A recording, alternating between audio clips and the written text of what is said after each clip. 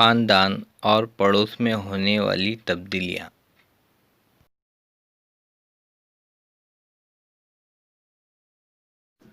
ہم ہمارے خاندان کے ساتھ مل جل کر رہتے ہیں۔ خاندان میں انسانوں کی تعداد مختلف ہو سکتی ہے۔ یہ تعداد ہمیشہ ایک جیسی نہیں رہتی، کم یا زیادہ ہوتی رہتی ہے۔ خاندان کے افراد کی شادی کی وجہ سے خاندان کے لوگوں میں کمی یا زیادتی ہوتی رہتی ہے۔ نئی نسل پیدا ہوتی ہے، اس وجہ سے خاندان کے افراد کی تعداد بڑھتی رہتی ہے۔ ضعیفی، بیماری یا حادثے وغیرہ کی وجہ سے خاندان کے افراد کی موت ہوتی ہے، اس لیے خاندان کے افراد کی تعداد کم ہوتی ہے۔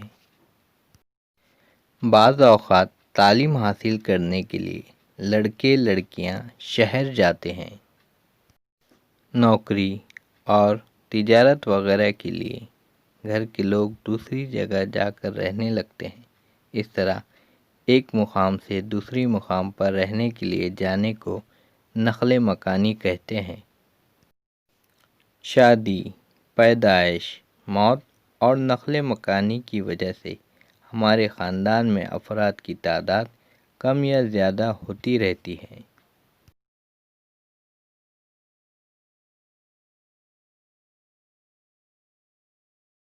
اس قسم کی تبدیلی پورے سماج میں ہوتی ہے۔ آسمان میں انگریزی حرف وی جیسی شکل بنا کر اڑنے والے ہنسوں کے گروہ کو آپ نے دیکھا ہوگا۔ غذا اور مسکن کے لیے ان گنت پرندے نقل مکانی کرتے ہیں۔ اکتوبر سے مارچ مہینے کے درمیان آتشی سارس یعنی فلیمنگو مہاراشٹر کے کئی مقامات پر نظر آتے ہیں۔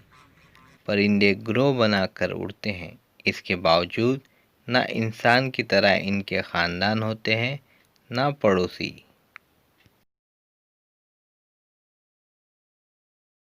بدلتے خاندان کی طرح ہی ہمارا پڑوس بھی بدلتا رہتا ہے۔ خاندان کی طرح ہی اپنے پڑوسیوں سے ہمارا روزانہ تعلق آتا ہے۔ ایک دوسرے کی مدد کرنے کی وجہ سے پڑوسیوں کے ساتھ ہمارے تعلقات مخلصانہ ہو جاتے ہیں۔ پرخلوص اور دوستانہ تعلق کی وجہ سے اجتماعی زندگی خوشگوار ہو جاتی ہے۔ خاندان کا کوئی فرد کسی وجہ سے گھر سے دور جانے پر ہم اس سے خط، ٹیلی فون اور اب انٹرنیٹ کے ذریعے رابطہ قائم کرتے ہیں۔ خبر رسانی کے ان جدید طریقوں سے دنیا قریب تر آ گئی ہے۔